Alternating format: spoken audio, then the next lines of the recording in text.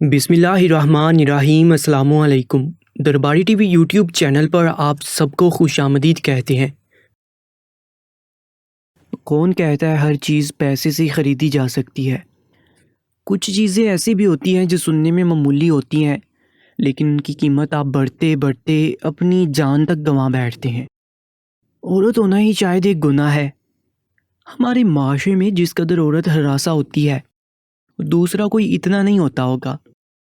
یہ میری بے بسی کی آخری حد تھی کہ میں بہتے آنسوؤں کے ساتھ اس شفاق شخص کے سامنے ہاتھ جوڑے منت سماجت کر رہی تھی کہ خدارا میری بنائی ہوئی تصویر کسی کو مت دکھانا، لیکن وہ بے رحم شخص سامنے کرسی پر بیٹھا کہے لگا رہا تھا، پھر اٹھ کر میرے پاس آ گیا، میرے جڑے ہوئے سرد ہاتھوں کو اپنے دونوں ہاتھوں سے بڑی مضبوطی سے تھام لیا کہ میرا دل دھک سے رہ گیا تھا۔ میں نے ہاتھ کھینچنے چاہے، لیکن اس کی گرفت مضبوط تھی، جس سے آر پار ہوتی نظروں سے وہ مجھے دیکھ رہا تھا۔ مجھے اس کی نظروں سے گھن آ رہی تھی۔ کہنے لگا، میری پیاری سی بھابھی جان، کیوں اتنا پریشان ہو؟ میں کوئی پاگل تھوڑی ہوں جو تمہاری تصویر کو یوں سرعام کسی دیوار پر لگا دوں گا۔ ہائے، اس تصویر میں تو میری جان بستی ہے۔ وہ تصویر میری زندگی کا بہت بڑا شاہکار ہے۔ میں نے بہت سنبھال کے رکھی ہے اپنے پاس۔ وہ جس انداز سے مجھ سے بات کر رہا تھا، کیسا بے باک انداز تھا ہمیشہ کی طرح، لیکن مجھے آج بہت برا لگ رہا تھا۔ میری رو رو کر بری حالت تھی، مجھے اپنی پرواہ تک نہ تھی، اس لیے میرے بندھے ہوئے جوڑے سے چند لیٹیں میرے چہرے پر بکھر گئی تھی۔ میری آنکھوں میں التجا تھی، ہاتھ اب جڑے ہوئے تھے۔ اس نے میرے ہاتھ چھوڑ کر میرے چہرے پر بکھرے بالوں کو پیچھے کرنا چاہا تو پیچھے ہٹ گئی، پھر سنجیدگی سے مجھے دیکھ کر بولا، تمہیں تو پتا میں اپنی محنت کی قیمت اپنی مرضی کی وصول کرتا ہوں، چاہے تم دے تو دو، ورنہ تمہاری تصویر آرٹ فیسٹیول میں مجھے لاکھوں دے کر جائے گی۔ وہ بڑی کمینگی سے بولا تھا، اور میری جان یوں تھی کہ ابھی نکل جائے گی۔ میں اپنے اس کمزور لمحے کو دل ہی دل میں کوس رہی تھی، جس کی زد میں آ کر میں بہت بڑی غلطی کر بیٹھی تھی۔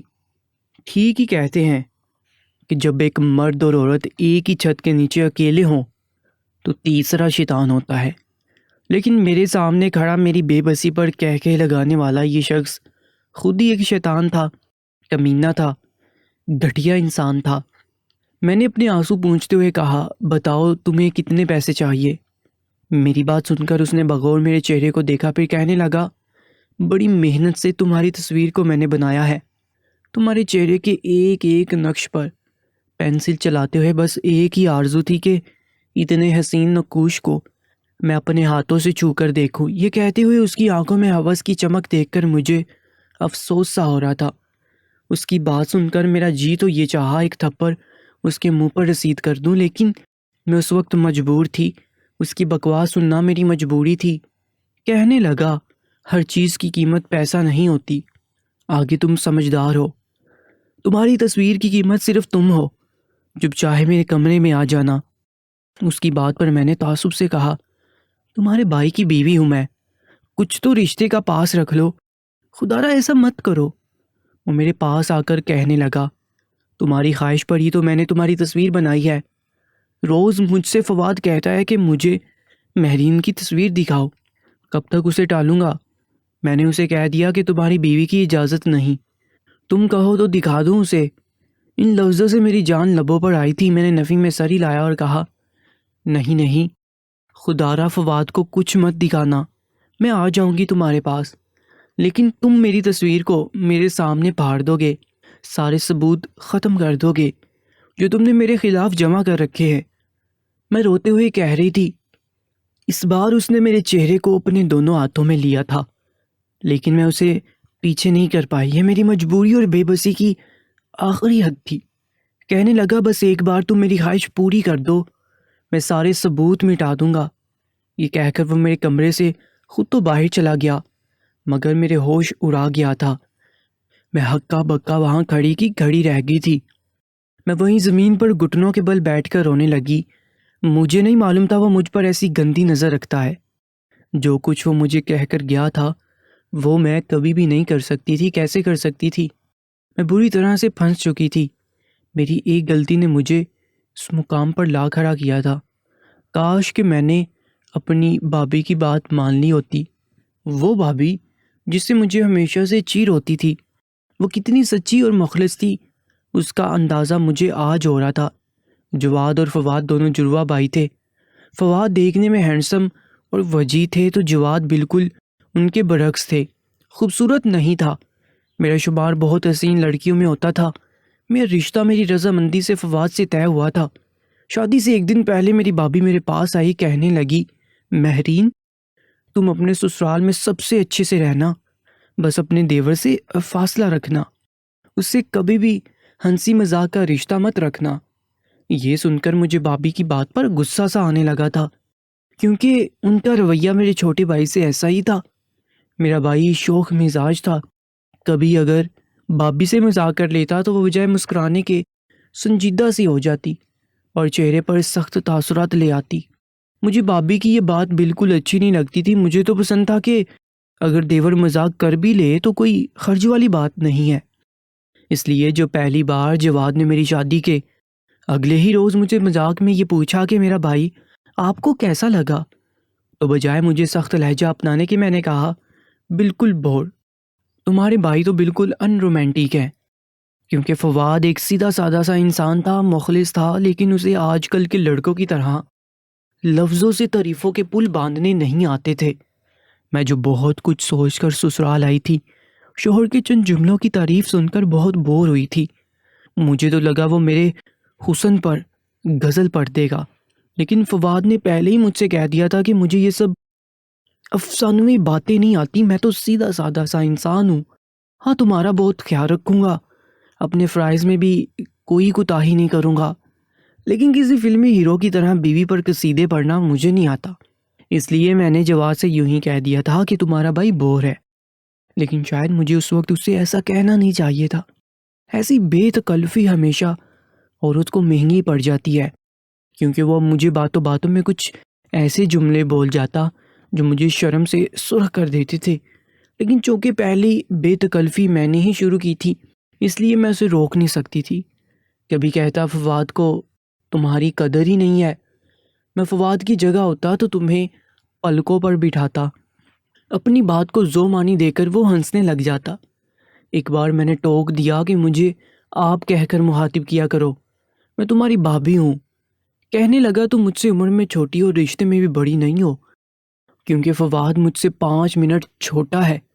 رشتہ تو میرا ہی تمہارے گھر جانا تھا، لیکن فواد کو تم پسند آ گئی تو میں چپ ہو گیا، اس لیے مجھ سے امید نہ رکھنا کہ تمہیں آپ جناب کہوں گا۔ وہ مجھ سے دن با دن بہت بے تکلف سا ہونے لگا تھا۔ کبھی کہتا، مجھ سے غلطی ہو گئی، مجھے اتنی دریا دلی فواد کو نہیں دکھانی چاہیے تھی، اب پچھتا رہا ہوں، تمہارے حسن کا اندازہ نہیں تھا مجھے۔ اس کی اس طرح کی باتوں پر میں غصہ ہونے کی بجائے ہنس دیا کرتی۔ ایک بار وہ مجھے اوپر کی منزل پر لے گیا، کہنے لگا، میں ایک مصور ہوں، آؤ تمہیں اپنی کلیکشن دکھاتا ہوں۔ کچھ مجھے بھی تھوڑی بہت ہاتھ سے بنی تصاویر سے دلچسپی تھی، اس لیے شوق سے اس کے ساتھ اوپر چلی گئی۔ میرا سسرالی گھر بہت بڑا تھا، ساس کے بس 2 ہی بیٹے تھے، اس لیے ہم نیچے کے پورشن میں ہی رہتے تھے، اوپر رہائش نہیں تھی، اس لیے ابھی تک اوپر جانے کا اتفاق نہیں ہوا تھا۔ مجھے نہیں پتا تھا کہ جواد اتنی خوبصورت تصاویر بنانا جانتا ہے۔ اوپر لاؤنج میں اس کی کلیکشن سے دیواریں بڑی پڑی تھیں، ایک سے بڑھ کر ایک تصویر تھی۔ ایک تصویر میں عورت بے بسی سے رو رہی تھی، اس کے آنسو اور آنکھوں میں ایک کرب دیکھ کر مجھے اپنی آنکھوں پر یقین نہیں آ رہا تھا۔ میں نے کہا، تم نے کیسے بنا لی؟ تم کیسے عورت کے درد کو تصویر میں اتار لیتے ہو؟ کہنے لگا، مجھے عورت کی بے بسی سے عشق ہے۔ اس کا جواب مجھے متعجب کر گیا، لیکن وہ مجھے مزید تصاویر دکھانے لگا۔ زیادہ تر تصاویر خواتین کی تھی اور اکثر بے بس سی لڑکیوں کی ہی تھی، جو اپنی عزت بچانے کے لیے ایک چادر سے خود کو چھپائے ہوئے رو رہی تھی۔ کوئی کسی مرد کے سامنے گھٹنوں کے بل بیٹھی ہاتھ جوڑے التجا کر رہی تھی، گو کہ ہر تصویر پر عورت کی بے بسی چھلک رہی تھی اور مرد اس پر حاکم بنا بیٹھا تھا۔ میں جیسے جیسے تصاویر دیکھ رہی تھی، میں ان تصاویر میں کھونے سی لگی تھی۔ میں نے اپنی ہر تصویر میں حقیقت کے رنگ بڑھے تھے، میں اس کی تعریف کیے بنا نہیں رہ پائی۔ میں نے کہا تمہارے ہاتھ میں تو جادو ہے، لیکن ہر تصویر میں عورت کو اتنا بے بس اور روتے ہوئے کیوں دکھایا ہے؟ کہنے لگا مجھے عورت اتنی ہی بے بس اچھی لگتی ہے۔ ایک روتی ہوئی بے بس عورت کے آنسوؤں پر میں مرتا ہوں۔ میں اس کی باتوں کو نافہمی سے نظر انداز کر گئی۔ اس کی اپنی کوئی سوچ اور نظریہ ہوگا۔ بہرحال وہ مصور بہت کمال کا تھا۔ پھر بڑی بے تکلفی سے وہ میرا ہاتھ پکڑ کر مجھے ایک کمرے میں لے گیا، جہاں کچھ آدھی ادھوری سی تصاویر تھیں۔ پینسل سے بنائے اسکیچز بنائے ہوئے تھے۔ ایسا لگتا تھا وہ پینسل سے بنی بے رنگ تصاویر بھی اپنی بے بسی کی کہانی سنانا شروع کر دیں گی۔ مجھے اندازہ ہی نہیں ہوا کہ میں 3 گھنٹے سے مسلسل جواد کی بنائی ہوئی تصاویروں میں کھوئی رہی تھی۔ مجھے کسی کی چپتی نظر نے اپنے ہاتھوں میں لوٹنے پر مجبور کیا تھا۔ میں نے پلٹ کر دیکھا، جواد مجھے دیکھ رہا تھا۔ میری نظروں کے تصادم پر مجھ سے کہنے لگا، تمہارا چہرہ کتابی ہے، مہرین گلافی آنکھیں، انابی ہونٹ، رخسار پر پڑتا ڈمپل تو کسی کی جان لے سکتا ہے۔ اس کی تعریف پر میں جھنپ کر رہ گئی تھی۔ میں نے کہا میری بھی ایک تصویر بنا دو کسی دن۔ میں نے اپنی دلی خواہش کا اظہار کیا تھا۔ میری بات سن کر وہ میرے سامنے کھڑا ہو گیا۔ مجھے نہیں پتا تھا میں اس سے کتنی غلط فرمائش کر بیٹھی ہوں۔ یہ فرمائش مجھے بعد میں تڑپنے پر مجبور کر دے گی۔ کہنے لگا، کیوں نہیں؟ تمہاری تصویر تو میری مصوری کا سب سے بہترین شاہکار ہوگی۔ اپنی مرضی کی قیمت وصولوں گا تمہاری تصویر کی۔ اس کی بات نے مجھے اترانے پر مجبور کیا۔ ظاہر ہے کوئی یوں تعریف کرے تو انسان کا دماغ وقتی طور پر ہی صحیح، لیکن خراب تو ہو ہی جاتا ہے۔ میں نے کہا، کیا میں اتنی خوبصورت ہوں؟ میری بات سن کر کہنے لگا، تمہاری تصویر سے بتاؤں گا کہ تم کتنی حسین ہو۔ میں تو یہ سن کر خوش ہو گئی تھی۔ سامنے ایک اسکیچ بک رکھی تھی۔ میں اس کی طرف بڑھی کہ دیکھوں جواد نے اس میں کیا شاہکار بنا رکھے ہیں، لیکن ابھی میں نے اس کی کتاب پر ہاتھ رکھا تھا کہ جواد نے میرے ہاتھ پر جھٹ سے ہاتھ رکھ کر مجھے اس اسکیچ بک کھولنے سے روکا تھا۔ کہنے لگا، یہ مت دیکھو، میں یہ بک کسی کو نہیں دکھاتا۔ اس کی بات سن کر میں کچھ متجسس سی ہوئی تھی۔ اس میں ایسا کیا ہے؟ کہنے لگا، جو بھی ہے میرا پرسنل ہے، میں کسی کو نہیں دکھاتا، اس لیے اس کتاب کو دیکھنے کا کبھی سوچنا بھی مت۔ جواد کی بات نے تو میرے اندر اور بھی تجسس سا پیدا کر دیا تھا۔ میں نے کہا، میں تو بھابھی ہوں تمہاری، کوئی غیر تھوڑی ہوں۔ مجھ سے کیا پردہ جو تمہاری ساری کلیکشن دیکھ سکتی ہوں، تو یہ کیوں نہیں؟ مجھے لگا اس اسکیچ بک میں یقیناً اس لڑکی کی تصاویر ہوگی جو جواد شاید پسند کرتا ہے اور مجھے بتانا نہیں چاہ رہا، کیونکہ اکثر ایسا ہو جاتا ہے۔ کچھ ثانیے تو وہ مجھے بڑے غور سے دیکھتا رہا، پھر کہنے لگا، ہاں ٹھیک کہا تم نے، تم تو بھابھی ہو میری، تم سے کیا پردہ، چلو دیکھ لو، تمہیں اجازت ہے، لیکن شرط یہ ہے کہ میرے سامنے ساری تصاویر دیکھنا۔ مجھے اس کی ذو معنی بات سمجھ نہ آئی، نہ ہی شرط۔ میں نے تو یہی سمجھا تھا کہ اس کی کسی گرل فرینڈ کی تصاویر ہوں گی، لیکن پہلی تصاویر دیکھ کر ہی میرے ہوش اڑ گئے تھے۔ وہ نازیبا سی تصاویر تھیں۔ میں نے فوراً سے وہ کتاب بند کر دی۔ میں سوچ بھی نہیں سکتی تھی کہ وہ اس قسم کی بھی تصاویر بناتا ہوگا۔ اب وہ زور زور سے ہنسنے لگا تھا، بالکل بے شرموں کی طرح۔ میں فوراً سے اس کے کمرے سے باہر آ گئی۔ اپنے کمرے میں جا کر مجھے اپنے اس عمل پر بہت افسوس ہوا تھا۔ مجھے ضرورت ہی کیا تھی کہ میں اس سے اتنا بے تکلف ہوتی۔ جو رشتہ میرے اور جواد کے بیچ تھا اس میں لحاظ ہو، تبھی اس کی خوبصورتی باقی رہتی ہے۔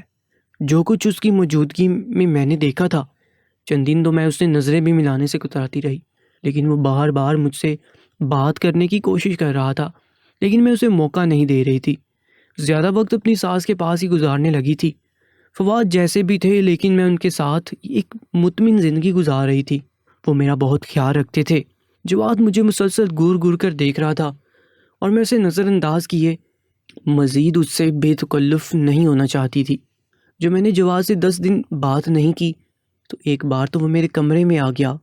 آج اپنے آفس بھی نہیں گیا تھا، میرے کمرے میں آ کر اس نے وہی بے تکلفی دکھاتے ہوئے دروازہ بند کر دیا۔ میں نے کہا، یہ کیا بدتمیزی ہے جواد، دروازہ کیوں بند کیا ہے؟ کہنے لگا، مجھ سے بات کیوں رہی ہو، بات کیوں نہیں کرتی؟ میں نے کچھ کہا ہے تم سے جو تم یوں ناراضگی دکھا رہی ہو؟ میں نے کہا، ایسا کچھ نہیں ہے، تمہیں وہم ہے، میں آج کل مصروف بہت ہوں۔ کہنے لگا، بہانے مت بنایا کرو، چلو میرے ساتھ، آج تمہاری تصویر بنانے کے لیے میں نے آفس کی بھی چھٹی کی ہے، وہ میرا ہاتھ یوں پکڑ لیتا تھا جیسے کوئی بات ہی نہ ہو۔ میں نے کہا میرا ہاتھ چھوڑو، میں خود بھی جا سکتی ہوں۔ لانچ میں امی بیٹھی ہوتی، کتنی بری بات ہے۔ میں اسے اپنا ہاتھ چھڑوا رہی تھی لیکن میری ہر بات اس پر جیسے بے اثر تھی۔ وہ مجھے باہر لانچ میں لے آیا، کہنے لگا گھر پر میرے اور تمہارے علاوہ کوئی بھی نہیں ہے۔ ناشتے کے بعد ہی میں امی کو خالہ کے گھر چھوڑ آیا تھا، اس لیے اب تم بہانہ نہیں بناؤ گی اور مجھے آج ہی تمہاری تصویر بنانی ہے۔ روز میں آفس سے چھٹی نہیں کروں گا۔ اس کا انداز نارمل سا تھا، گھر میں کوئی نہیں تھا۔ یہ سن کر مجھے کچھ خوف سا محسوس ہوا، لیکن میں نے سوچا نہیں، جواد ایسا ہرگز نہیں ہے، دیور ہے میرا، خاندانی ہے، اچھی فیملی سے تعلق رکھتا ہے، رشتوں کا تقدس تو جانتا ہی ہوگا۔ وہ مجھے اپنے ساتھ اوپر والے پورشن میں لے آیا اور اسی کمرے میں لے جا کر مجھے ایک سنگل بیڈ پر بٹھا دیا۔ کہنے لگا فواد کو سرپرائز دوں گا، تمہاری ایسی شاندار تصویر بناؤں گا کہ تمہارے حسن کو دیکھ کر وہ اپنے ہوش کھو بیٹھے گا۔ یہ سن کر میں خوش ہو گئی تھی کہ وہ فواد کو میری تصویر سرپرائز میں دے گا۔ میں بیڈ پر بیٹھ گئی، وہ سامنے بورڈ پر وائٹ شیٹ پن اپ کر رہا تھا، ساتھ اپنی پینٹنگ کا سامان بھی رکھ رہا تھا۔ پھر وہ میرے پاس آ گیا، کہنے لگا یہ تم کیا بنی ہوئی ہو، ایسی تھوڑی اچھی تصویر آئے گی۔ اس نے میرے بالوں کو کیچر سے آزاد کیا تھا، پھر میرے بال آگے کی جانب کر دیے، پھر میرا دوپٹہ اتار کر بھی پیچھے رکھ دیا۔ میں نے اسے ذرا سا احتجاج کیا تھا لیکن اس نے میری کوئی بات نہیں سنی۔ کہنے لگا فواد کو تنگ کرتے ہیں، تم میرے فون سے فواد کو ایک ویڈیو میسیج دو کہ تم اس کے لیے ایک اپنی تصویر مجھ سے بنوا رہی ہو، اپنی مرضی سے، جو تم فواد کو سرپرائز دو گی اس کی سالگرہ پر۔ میں نے اس کے موبائل پر یہ سب ریکارڈ کروا دیا کیونکہ میں اس کے ناپاک ارادے نہیں جانتی تھی۔ مجھے لگا فواد کے لیے میری تصویر ایک سرپرائز ہی ہوگی۔ 3 گھنٹے سے میں مسلسل ایک ہی پوزیشن میں بیٹھی بیٹھی تھک گئی تھی۔ جواد نے مجھے اپنے روم فریج سے ایک جوس نکال کر گلاس میں ڈال کر دیا، کہنے لگا اسے پی لو، تم فریش ہو جاؤ گی۔ مجھے پیاس تو لگ رہی تھی اس لیے میں نے وہ جوس پی لیا، لیکن اسے پیتے ہی کچھ دیر بعد میری آنکھوں میں نیند سی اترنے لگی تھی۔ میں بہت کوشش کر رہی تھی میں آنکھیں کھلی رکھوں، لیکن آدھے گھنٹے میں میرے سر پر ایک عجیب سا خمار سا چڑھنے لگا۔ نہ میں پورے ہوش میں تھی نہ ہی بالکل بے ہوش۔ جواد اپنی پینٹنگ چھوڑ کر میرے پاس آ گیا، ایک لباس اس کے پاس تھا، کہنے لگا جاؤ یہ پہن کر آؤ، اس میں تمہاری تصویر اور بھی پیاری آئے گی۔ میرا ذہن معاف سا تھا، جیسے میں ہواؤں میں تھی۔ میرے دماغ میں بس ایک چیز سوار تھی کہ مجھے اپنی تصویر اچھی بنوانی ہے۔ میں وہ نازیبا لباس پہن کر آ گئی۔ مجھے نہیں معلوم تھا کہ وہ میری ویڈیو بھی بنا رہا ہے، کیونکہ اس وقت میرا ذہن اس کے حکم کا غلام تھا۔ وہ مجھے جیسے جیسے کہہ رہا تھا میں خوشی سے کر رہی تھی، لیکن پھر میری سانس اچکی تھی۔ جواد نے مجھے کہا کہ میں کپڑے تبدیل کر کے نیچے اپنے کمرے میں چلی جاؤں۔ میں نیچے آ کر اپنے کمرے میں گہری نیند میں جا چکی تھی۔ کہتے ہیں دیار غیر میں جو سو گیا اس کا سب کھو گیا۔ میرے ساتھ بھی ایسا ہی کچھ ہوا تھا۔ جب میری آنکھ کھلی میں سوچ سوچ کے پریشان تھی کہ اب میں کیا کروں۔ وہ میری بہت نازیبا تصویر بنا چکا تھا، پھر فواد سے بھی کہہ چکا تھا مہرین نے مجھ سے اپنی تصویر بنائی ہے اپنی مرضی سے، لیکن اب تمہیں دکھانے سے گھبرا رہی ہے۔ مذاق مذاق میں وہ فواد کو کہہ رہا تھا، لیکن میری جان پر بنی ہوئی تھی۔ کہنے لگا تمہاری سالگرہ پر مہرین تمہیں گفٹ دے گی۔ اس کی باتیں میرے لیے ناقابل برداشت ہو گئی تھی۔ ایک دن میں اس کے کمرے میں چلی گئی۔ میں نے کہا میری تصویر واپس کرو، یہ بےہودگی ہے۔ تم نے مجھے نشے کا جوس پلایا تھا، میں نیم غنودگی میں تھی، اس لیے تمہاری ہر بات اسی نشے میں مانتی رہی۔ تم نے جیسا لباس مجھے پہننے کو دیا میں نے پہن لیا، جیسی چاہی میری تصویر بنا لی، اور میری نشے میں مانی کی باتوں کی تم نے ویڈیو بنا لی تاکہ فواد کے سامنے یہ ظاہر کر سکوں کہ وہ تصویر میں نے ہوش و حواس میں تم سے بنوائی ہے۔ وہ تمسخرانہ ہنسی ہنس رہا تھا۔ پھر جو انکشاف اس نے مجھ پر کھولا میں چکرا کر رہ گئی تھی۔ کہنے لگا امی نے سب سے پہلے تمہاری تصویر مجھے دکھانا چاہیے تھی، لیکن میں ابھی شادی کے جھنجٹ میں پڑنا نہیں چاہتا تھا، اس لیے تمہاری تصویر دیکھی ہی نہیں تھی۔ پھر تم فواد کو پسند آ گئی اور تمہاری شادی اس سے ہوگی۔ تمہیں پہلی بار میں نے دلہن بنے دیکھا تھا، تمہارے حسن کو دیکھ کر میں حیران رہ گیا تھا۔ وہ پوری رات میری کانٹوں پر گزری تھی۔ مجھے اس بات کا افسوس تھا کہ میں نے اتنی حسین لڑکی کو کھو کیسے دیا۔ صبح میں نے جان بوجھ کر تم سے وہ سوال کیا تھا کیونکہ فواد کے سادہ مزاج سے میں واقف تھا کہ وہ تمہارے حسن کو سراہ ہی نہیں سکتا۔ پہلے مجھے کچھ ڈر تھا کہ تم مجھے اس سوال پر ڈانٹ دو، لیکن تمہاری بے تکلفی نے تو میری جرأت بڑھا دی۔ میں تم سے جان بوجھ کر کچھ ایسے مزاق کرتا جو کہ کچھ غیر مناسب ہوتے، لیکن جواباً تم ہنس دیتی تھی، اس لیے مجھے لگا تم میری باتوں میں آ جاؤ گی۔ تمہارے رویے کی لچک سے میری گستاخیاں بھی بڑھنے لگی تھیں جس پر تم ہنس دیتی تھی۔ تم خود کو بے قصور نہیں کہہ سکتی مہرین۔ میں اس کی باتیں سن کر حیران تھی، پریشان تھی۔ میں نے ایسا نہیں سوچا تھا، میں تو بس اس کے مذاق کو مذاق ہی سمجھتی رہی، لیکن میں بری طرح پھنس گئی تھی۔ محبت مجھے اپنے شوہر سے تھی اور اسے چھوڑنا نہیں چاہتی تھی۔ میں اسے چھوڑنا نہیں چاہتی تھی، اس لیے اس کی منت سماجت پر اتر آئی تھی۔ اس کے سامنے ہاتھ جوڑ کر میں اس سے کہہ رہی تھی کہ وہ مجھے معاف کر دے، مجھے یوں رسوا نہ کرے۔ میں نے سوچا اپنا سارا زیور دے کر اسے اپنی تصویر لے کر بھاڑ دوں گی، لیکن جو قیمت اس نے مانگی تھی وہ میں نہیں دے سکتی تھی۔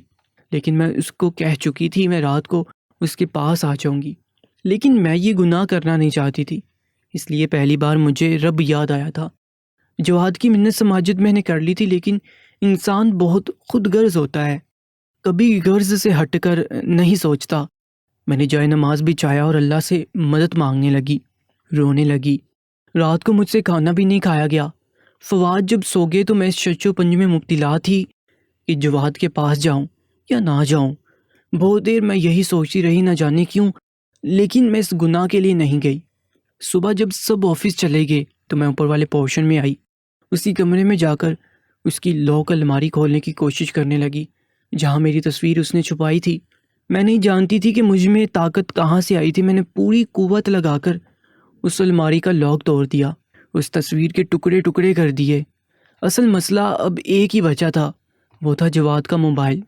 رات کو جب وہ آفس سے آیا تو سیدھا میرے پاس کچن میں آ کر کہنے لگا اگر تم آج رات نہیں آئی تو یہ ویڈیو میں فواد کو بھیج دوں گا۔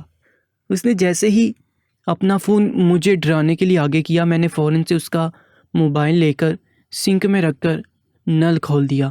آنن فانن اس کے موبائل میں پانی بھر گیا تھا، سارا ڈیٹا کرپٹ ہو چکا تھا۔